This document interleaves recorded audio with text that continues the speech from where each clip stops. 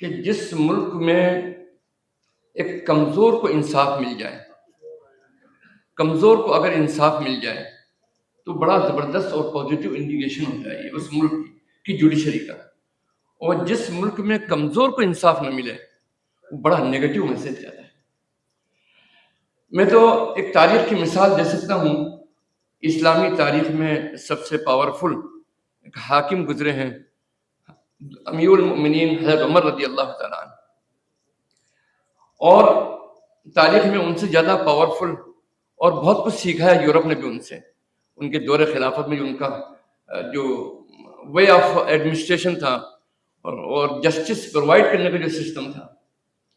واقعہ یہ ہے، یہ واقعہ اس ملک کے اندر ایک نئی تازگی پیدا کرنے کے لیے ہمارے لیے کافی ہے کہ جسٹس کسے کہتے ہیں. حضرت عمر رضی اللہ تعالیٰ عنہ نماز پڑھ رہے تھے مسجد نبوی میں. انہوں نے دیکھا کہ ایک پرنالہ ہے، وہ ایک صحابی کا ہے، اس کے اوپر سے پانی، جب بارش ہوئی تو پانی نیچے مسجد میں گر رہا ہے. تو انہوں نے حکم دیا کہ اس پرنالے کو بند کر دیا جائے تاکہ مسجد میں پانی نہ گرے. آپ ذرا غور سے سنیے اس بات کو.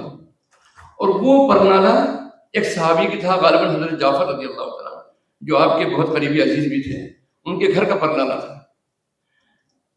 تو انہوں نے جب دیکھا کہ میرے گھر کا پرنالہ بند کر دیا گیا ہے تو انہوں نے اس کی شکایت قاضی کو کی، جو اس وقت سپریم کورٹ تھا، یہ سمجھیے وہاں قاضی شکایت کی.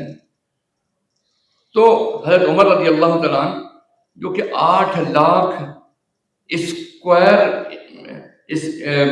مربع میل کا ایک مالک تھے، ایک حکمراں تھے واحد، جو یہ کہا کرتے تھے کہ اگر ایک بکری کا بچہ بھی پیاسا مر جائے تو یہ میری ریسپانسبلٹی ہے. ان کو بلایا گیا تو وہ عدالت میں داخل ہونے لگے. تو جج کیا کہتے ہیں، ایک پرائم منسٹر سے، ایک حاکم وقت سے کیا کہتے ہیں، ابھی آپ پھر جائیے میں دوسروں کو سن رہا ہوں. لہذا وہ قطار میں کھڑے ہوئے. ایک خلیفہ وقت قطار میں کھڑا ہوتا ہے، اس کے بعد میں جب باری آتی ہے تو ان کو بلایا جاتا ہے. حضرت جعفر اپنی بات پیش کرتے ہیں. وہ کہتے ہیں کہ رسول پاک صلی اللہ علیہ وسلم نے ساتھ مل کر میں نے یہ پرنالہ بنایا ہے. اب حضرت عمر کو یہ بات نہیں معلوم تھی. حضرت عمر کی حضرت نبی کریم صلی اللہ علیہ وسلم کے نام آنے کے بعد میں ان کی روح کانپنے لگتی ہے، ان کو معلوم نہیں تھی یہ بات. تو انہوں نے ان سے یہ کہا حضرت جعفر سے، کیا تم 2 گواہ پیش کر سکتے ہو؟ میں پیش کر سکتا ہوں. 2 گواہوں کو پیش کیا گیا. حضرت عمر کے خلاف جو حاکم وقت تھے، یہ فیصلہ ہوا کہ آپ نے یہ کام غلط کیا، لہذا اس کو آپ درست کروانا ضروری ہے. تو حضرت عمر فوراً تیار ہو گئے اور کہا کہ چلو میرے ساتھ چلو، میں بھی تمہارا پرنالہ میں لگواتا ہوں. اب آپ دیکھیے کہ جب حضرت عمر رضی اللہ عنہ کو معلوم ہوا تو کس طریقے سے تھا کہ حضور پاک علیہ الصلوۃ والسلام نے جب پرنالہ لگوایا تھا تو دیوار کے سہارے کھڑے ہو گئے تھے اور جعفر رضی اللہ تعالیٰ عنہ کو یہ کہا کہ تم میرے کندھے پر کھڑے ہو جاؤ. ایک پروفٹ کی گردن پہ، کمر پہ کون کھڑا ہو سکتا تھا؟ آپ نے حکم دیا کہ نہیں تم ایسا کرو، تو آپ جب حکم دیا تو آپ کھڑے ہو گئے، پرنالہ لگوایا. تو حضرت عمر خلیفہ وقت کہتے ہیں کہ جس طریقے سے حضور پاک صلی اللہ علیہ وسلم نے یہ پرنالہ لگوایا تھا، آج تم کو حق ہے تم میری پیٹھ کے اوپر کھڑے ہو کر اپنا پانی ہاتھ سے پرنالہ لگاؤ. اسے کہتے ہیں جسٹس. ہندوستان کو پھر سے یاد دلانے کی ضرورت ہے کہ اس نے قانون کا راج چنا ہے، اور قانون کا راج اسے کہتے ہیں جس میں قانون کی نگاہ میں سب برابر ہوتے ہیں اور سماج میں کسی کو یہ احساس نہ ہو کہ قانون اس کے خلاف ہے. اور یہ بھی انہوں نے ٹھیک ہی یاد دلایا کہ قانون کے ساتھ جو دوسرا لفظ ہے اس کو یاد رکھنا ضروری ہے، وہ ہے انصاف. اور ہر قانون انصاف نہیں کرتا، اور اسی وجہ سے ہر قانون کو ہم اپنے سمویدھان کی کسوٹی پر کس کر دیکھتے ہیں، اور اسی وجہ سے قانونوں کی مخالفت کی جا سکتی ہے، اور قانونوں کی مخالفت کرنا کوئی جرم نہیں ہے. قانون سنسد بناتی ہے، ودھائیکا بناتی ہے، لیکن ہر قانون کی جانچ سمویدھان کی کسوٹی پر کی جا سکتی ہے.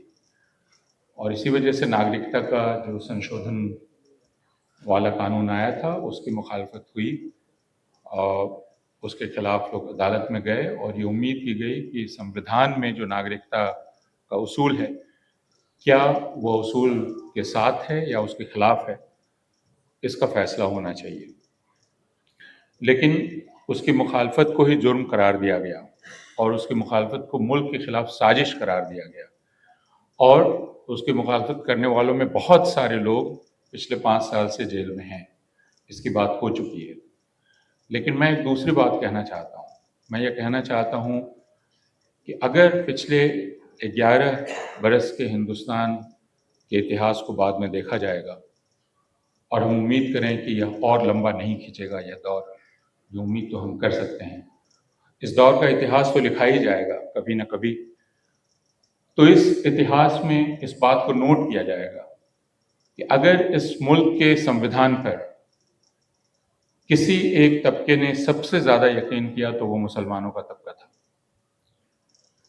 اس نے عدالتوں پر بھروسہ نہیں چھوڑا، اس نے انصاف کی لڑائی نہیں چھوڑی، اور اس میں شرط صرف یہ نہ تھی کہ وہ بہت ہی تعلیم یافتہ ہو، بلکہ میں نے ویسے لوگوں کو دیکھا ہے جنہوں نے اکشر کا منہ نہیں دیکھا لیکن جنہیں معلوم ہے کہ انصاف کیا ہے، اور اس وجہ سے کتنی ہی تاریخیں آپ لگاتے جائیں اور ان کے خلاف کورٹ میں کتنا ہی ماحول کتنا ہی ہاسٹائل کیوں نہ ہو، وہ گواہی دینے کے لیے بھی آتے ہیں اور وہ انصاف لینے کے لیے بھی آتے ہیں۔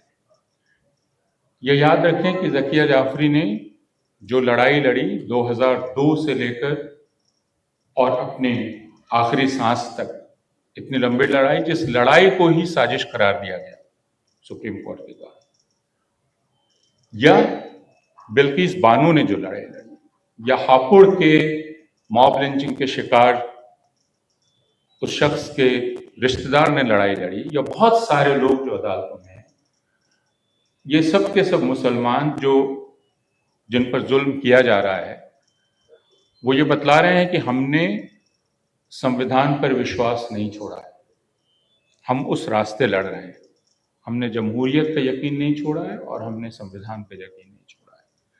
تو اس وقت اگر کوئی ہندوستان کے سنویدھان میں بھروسہ قائم کیے ہوئے ہے، تو میں یہ کہہ سکتا ہوں، اور یہ میں اس لیے نہیں کہہ رہا ہوں کہ یہ Indian Muslim for civil rights کی میٹنگ ہے، بلکہ میں اس کو مانتا ہوں کہ یہ بھروسہ صرف مسلمانوں نے بنا کر رکھا ہے۔ ابھی ایک کیس آپ کے سامنے آیا تھا سپریم کورٹ میں، حجاب کا کیس تھا۔ حجاب کے کیس میں آخر فیصلہ نہیں ہو پایا کیونکہ 2 الگ الگ ججز نے اس میں الگ الگ فیصلہ دیا۔ ایک جج نے یہ کہا کہ حجاب کیا اسلام کا ایک ایسینشل حصہ ہے، اور وہ اس ڈیسیجن پر پہنچے کہ یہ اسلام کا حصہ نہیں ہے۔ غلط صحیح جو بھی تھا، لیکن بہرحال انہوں نے کہا کہ اسلام کا حصہ یہ نہیں ہے، ایسینشل پریکٹس اسلام کی یہ نہیں۔ اب اس پر بہت لوگوں نے یہ بار بار یہ کہا ہے کہ ایسینشل پریکٹس کسی مذہب کی کیا ہوتی ہے، اس کا فیصلہ جج کیسے کرے گا؟ جیسا بھی کتنا بھی ذہین جج ہو، وہ فیصلہ کیسے کرے گا؟ اس میں تو وہی لوگ فیصلہ کر سکتے ہیں جن کا خاص تعلق اسلام سے ہے، جو اسلام کو گہرائی سے سمجھتے ہیں، جو عالم ہیں، جو علماء حضرات ہیں، وہی بتا سکتے ہیں کہ اسلام کا اس سے تعلق ہے کہ نہیں۔ باہر والا کیا سمجھے گا کہ اسلام کا کیا اس سے تعلق ہے؟ لیکن دوسرے جج دھولیا صاحب جو ریٹائر ہو گئے ہیں، انہوں نے یہ کہا کہ اس کو آپ مذہب تک کیوں پہنچا رہے ہیں اس بات کو؟ ہم اپنے کانسٹیٹیوشن میں اگر غور فرمائیں تو کانسٹیٹیوشن یہ کہتا ہے کہ ہم کو اپنی زندگی کو جینے کا اپنا آزاد حق ہے کہ نہیں ہے، ہم کیسے اپنی زندگی بسر کرنا چاہتے ہیں، اس کا حق ہم کو کانسٹیٹیوشن نے دیا ہے۔ تو کوئی سر ڈھکنا چاہتا ہے تو اس کو سر ڈھکنے دیں، کوئی پوشاک اچھی پہننا چاہتا ہے تو اس کو اچھی پوشاک پہننے دیں، کوئی قسم کی خوراک کھانا چاہتا ہے تو اس کو کھانے دیں، جب تک کہ آپ کی جو بھی کہی ہوئی بات ہے اس سے کسی اور کا حق نہیں چھن رہا ہے، تب تک آپ پر روک لگانے کا حق نہیں ہے۔ یہ کوئی نئی بات آسمان سے نکال کر اس جج نے نہیں کہی، بلکہ ہمارے کانسٹیٹیوشن میں اس بات کو بار بار کہا گیا ہے۔ سوال یہ آتا ہے کہ کہاں پر کسی کو یہ حق بنتا ہے کہ وہ یہ کہے کہ آپ جو کر رہے ہیں اس سے مجھے شکایت ہے، اس بات کی شکایت ہے کہ میرا نقصان ہو رہا ہے۔ اکثر جب ہم لوگ اسٹوڈنٹس تھے قانون کے تو ہم کو یہ بتایا جاتا تھا کہ آزادی آپ کو اپنے ہاتھ ہلانے کی ہے، آپ دونوں ہاتھ اپنے ہلانا چاہتے ہیں آپ ہلائیے ہاتھ, اس پہ کوئی روک نہیں لگا سکتا ہے. لیکن جہاں میری ناک شروع ہوتی ہے وہاں پر آپ کے ہاتھ ہلانے کی آزادی ختم ہو جاتی ہے. تو جو بات سمجھ میں آتی ہے کہ میری ناک اگر کا نقصان ہوتا ہے, میرا اگر جسمانی نقصان ہوتا ہے آپ کی کسی کی ہوئی بات سے, تو یقیناً اس پر آپ پر روک لگائی جا سکتی ہے. لیکن اگر ایسا نہیں ہے تو دور سے آدمی کھڑے ہو کر, اور اس بات کو اس ججمنٹ میں کہا گیا ہے کہ ہیکلرز ویٹو نہیں ہو سکتا ہے, کہ جس آدمی کو آپ کی بات پسند نہیں ہے وہ کھڑے ہو کر ہیکل کرنا شروع کرے, چلانا شروع کرے, وہ ٹھیک ہے, وہ کرنا چاہیے نہیں کرنا چاہیے اس پر ہم لوگ الگ سے بیٹھ کر گفتگو کر سکتے ہیں. لیکن ہیکلر کا ویٹو نہیں ہو سکتا. جو ہیکل کرنا چاہتا ہے وہ کھڑے ہو کر یہ نہیں کہہ سکتا کہ آپ اپنی بات روک دیجئے, آپ کو اپنی بات کہنے کا حق نہیں ہے, اس لیے کہ وہ اپنی بات کہہ سکتا ہے, آپ اپنی بات کہہ سکتے ہیں.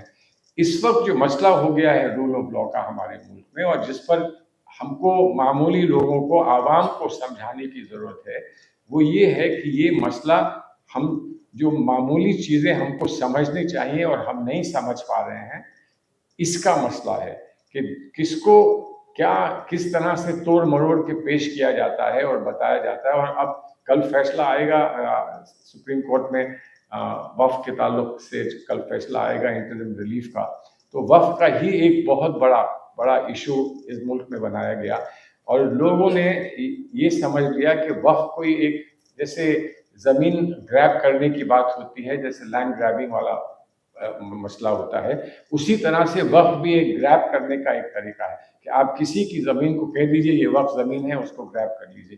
اب زمین وقف ہے کہ نہیں, اس کا تو ایک سسٹم بنا ہوا ہے, قانون کا سسٹم ہے, قانون طے کرتا ہے کہ وقف کوئی چیز ہے کہ نہیں ہے, قانون طے کرتا ہے اس بات کو, اور اس لیے کوئی اپنے ہاتھ میں نہیں لے سکتا ہے.